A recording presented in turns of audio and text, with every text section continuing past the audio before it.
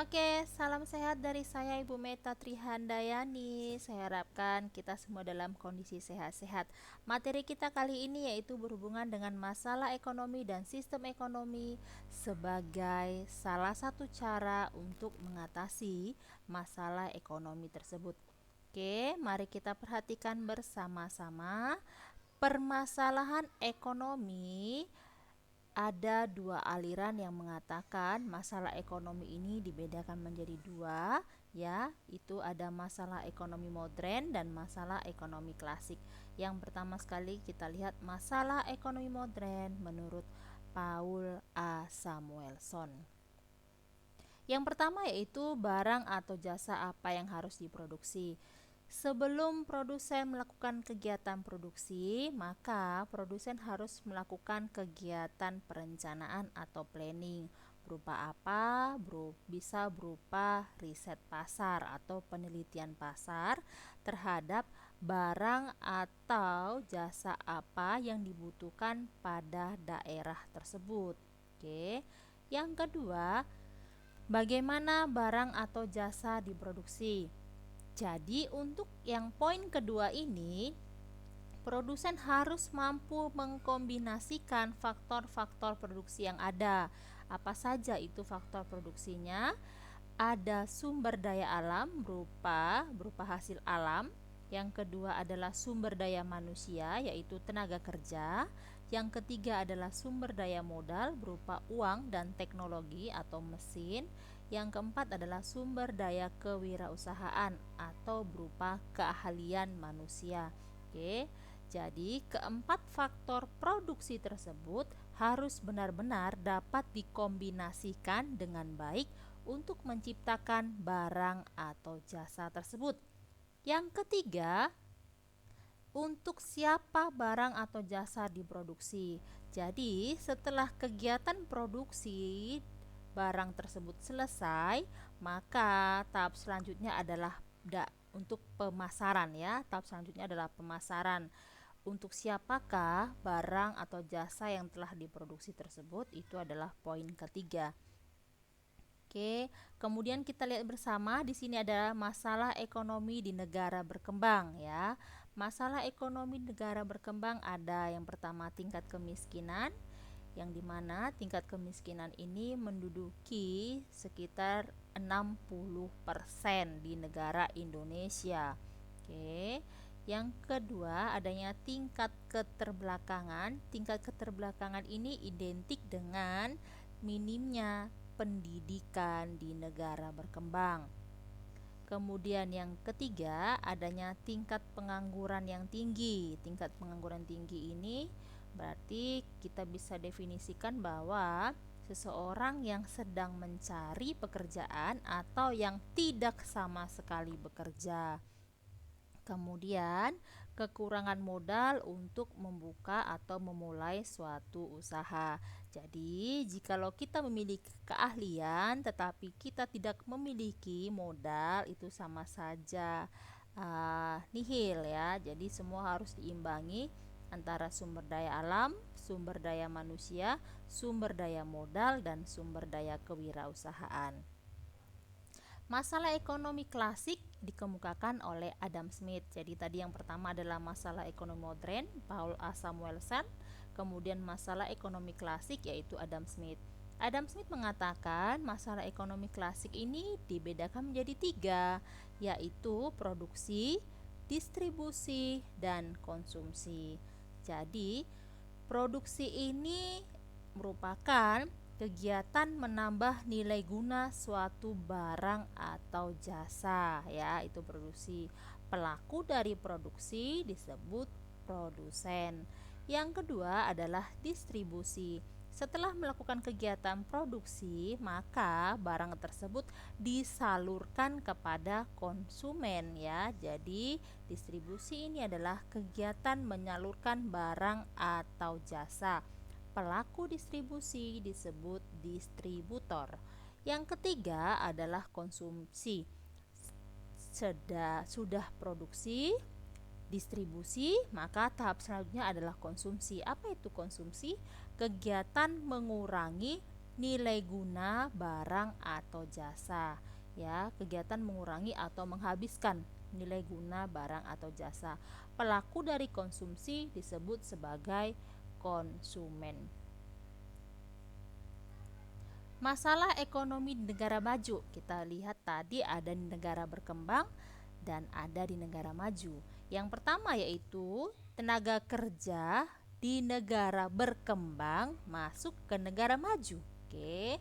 Yang kedua, produk negara berkembang masuk ke negara maju. Oke. Jadi adanya pergeseran antara tenaga kerja dengan produk negara ya. Jadi ini terimbas kepada negara maju.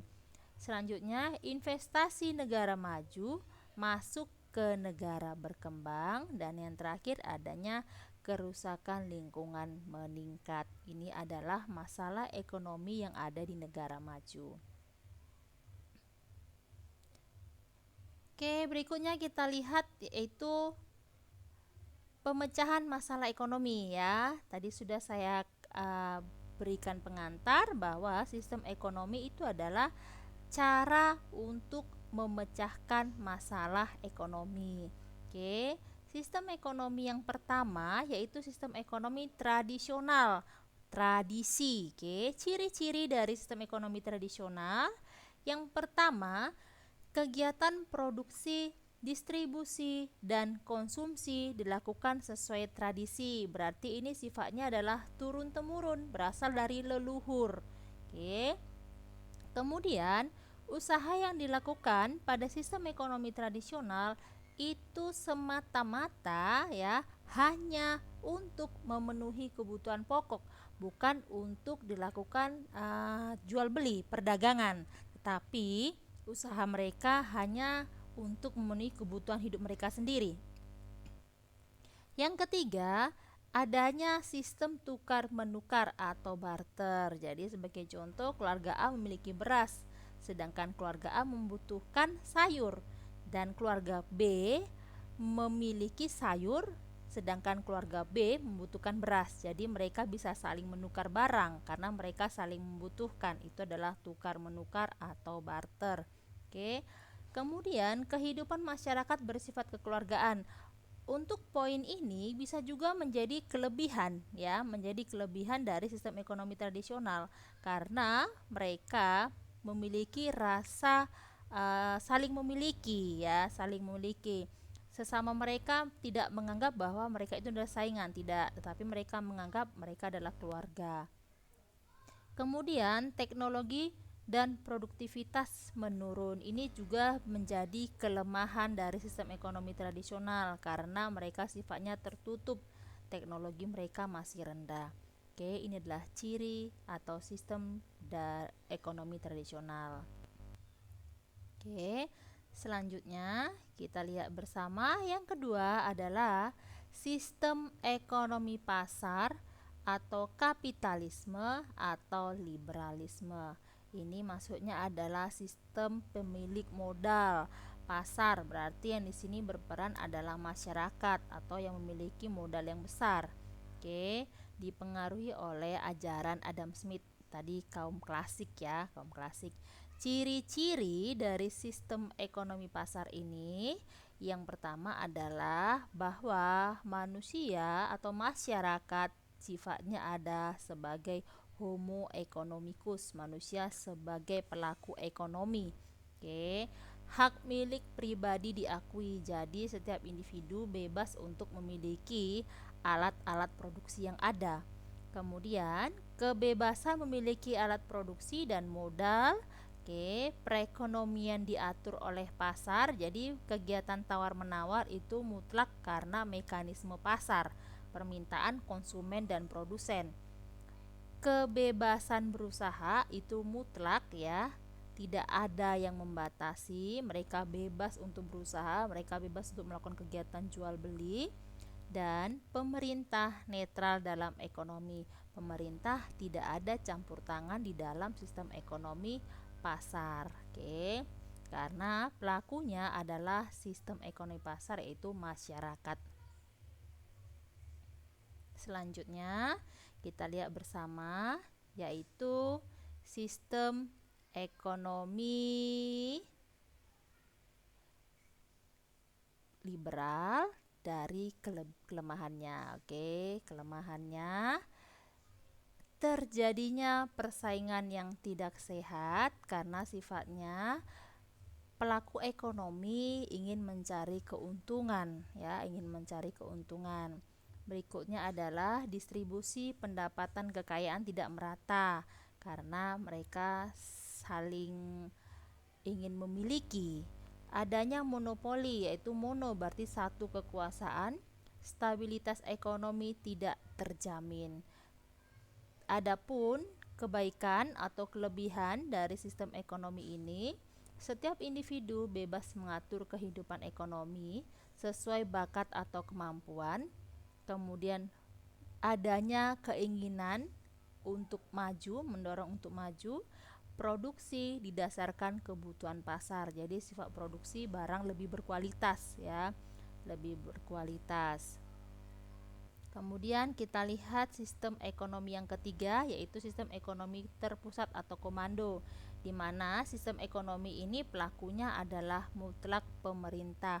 Semua kegiatan produksi itu semua kegiatan produksi dilakukan oleh pemerintah. Oke, aliran sosialisme atau Karl Marx mengatakan bahwa kapitalisme akan berakhir karena revolusi kaum proletar, kaum bawah, ya, kaum rendahan, itu adalah kaum proletar. Di mana ciri-ciri dari sistem ekonomi ini, alat atau faktor produksi adalah milik negara. Jadi tidak ada satupun yang boleh menguasai alat produksi, berbeda pada sistem ekonomi liberal. Jika tadi sistem ekonomi liberal, individu bebas memiliki, ya, sedangkan di sistem ekonomi komando tidak boleh ada yang memiliki karena itu semua adalah milik negara. Berikutnya, kebijaksanaan perekonomian diatur oleh pemerintah, baik itu kebijaksanaan di bidang kegiatan produksi, di bidang distribusi maupun di bidang konsumsi, atau masalah ekonomi apa saja yang terjadi itu semua diatasi oleh pemerintah. Oke. Kemudian selanjutnya adalah kegiatan produksi yang dilakukan pada sistem ekonomi terpusat itu mutlak untuk memenuhi kebutuhan masyarakat untuk tercapainya tingkat kemakmuran. Oke. Adapun kelemahan dari sistem ekonomi komando, yang pertama adalah hak milik pribadi tidak diakui karena semuanya adalah milik negara. Kemudian, potensi inisiatif dan daya kreasi masyarakat tidak berkembang. Mengapa? Karena semua itu mutlak dilakukan berdasarkan aturan dari pemerintah. Jadi pemerintahlah yang menerapkan kebijakan, masyarakatnya tinggal melaksanakan kebijakan dari pemerintah tersebut. Adapun kebaikan, ya, apa saja itu kebaikan dari sistem ekonomi ini? Sistem ekonomi komando, pemerintah bertanggung jawab terhadap ekonomi masyarakat. Oke. Berikutnya, distribusi produksi merata karena dia berada pada sentral, pada titik yang satu, terpusat. Oke. Mudah melaksanakan pengendalian, ya, mudah melaksanakan pengendalian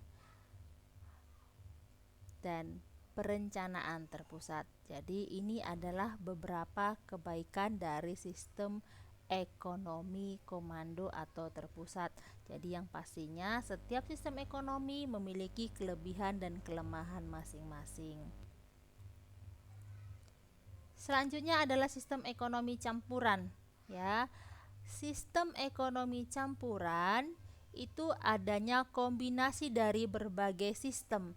Sistem ekonomi liberal dan sistem ekonomi komando. Jadi, untuk menetapkan kebijakan digunakan sistem ekonomi komando, untuk pelaku ekonomi kita gunakan sistem ekonomi liberal. Negara yang menganut sistem ekonomi campuran ini ada India, Pakistan, dan Malaysia. Oke, dan yang terakhir itu adalah sistem ekonomi Indonesia. Sistem ekonomi Indonesia ini berdasarkan Undang-Undang pasal 33 ya, pasal 33 ayat 1, 2 dan 3. Ini semua hajat hidup orang banyak dikuasai oleh negara, bumi, air dan kekuasaan negara dikuasai negara ya. Semua berhubungan dengan negara. Pasal 33 ayat 1 ada tentang koperasi, ayat 2 tentang BUMN, ayat 3 tentang BUMS ya. Badan usaha milik negara, badan usaha milik swasta. Koperasi itu berdasarkan asas kekeluargaan. Oke. Adapun ciri-ciri positif dari sistem ekonomi ini, demokrasi ekonomi, pasal 33 ayat 1 Undang-Undang 1045 tadi tentang koperasi, kemudian ayat 2 tadi tentang BUMN, ayat 3 tentang BUMS. Yang keempat, sumber-sumber kekayaan dan keuangan negara, pengawasannya dilakukan oleh lembaga perwakilan. Kemudian adanya pasal 27 ayat 2 Undang-Undang Dasar 1945. Kemudian hak milik perorangan diakui pemanfaatannya tidak boleh bertentangan dengan kepentingan masyarakat. Oke, jadi harus tetap berdasarkan aturan yang ada. Potensi, inisiatif, dan daya kreasi warga negara dikembangkan sepenuhnya dalam batas-batas yang tidak merugikan kepentingan umum. Oke. Kemudian adanya pasal 34 Undang-Undang Dasar 1945. Itu adalah ciri-ciri positif dari demokrasi ekonomi. Kita masuk kepada ciri-ciri negatif. Ya, apa-apa saja tadi ini sudah kita masuk ke ciri-ciri negatif. Mari kita lihat bersama, yaitu sistem free fake liberalisme, free bebas. Oke, kekuatan bebas dapat menimbulkan eksploitasi terhadap manusia lain. Berarti memiliki dampak negatif, eksploitasi, merampas. Ya, ini tidak boleh dilakukan. Oke, kemudian yang kedua, sistem etatisme. Adanya peranan aparatur negara yang sangat dominan. Oke. Perorangan tidak diberi kesempatan berusaha. Ini adalah etatisme, berarti tetap pada satu kekuasaan, pemusatan satu kekuasaan. Yang ketiga adalah sistem monopoli. Mono, satu, berarti satu kekuasaan yang sifatnya saling menguasai. Jadi sektor ekonomi itu dikuasai oleh satu kekuatan pasar. Jadi ini semua tidak diperkenankan di dalam sistem demokrasi ekonomi ya. Ini adalah ciri-ciri negatif yang ada di sini. Oke, anak-anak, ini adalah sistem demokrasi ekonomi. Baiklah anak-anak, tadi kita sudah mempelajari masalah ekonomi, baik itu masalah ekonomi klasik, masalah ekonomi modern. Kemudian kita juga sudah mempelajari masalah ekonomi di negara berkembang, di negara maju. Sistem ekonomi, ada sistem ekonomi tradisional, ada sistem ekonomi liberal, sistem ekonomi komando, sistem ekonomi campuran, dan yang terakhir adalah sistem demokrasi ekonomi. Ibu harapkan dengan pemaparan materi kita kali ini kamu dapat memahaminya dengan baik. Jadi, meskipun kita pembelajaran jarak jauh, kita tetap sehat-sehat semua. Oke, sampai berjumpa di lain waktu. Salam sehat dari saya. Oke, sekian dan terima kasih.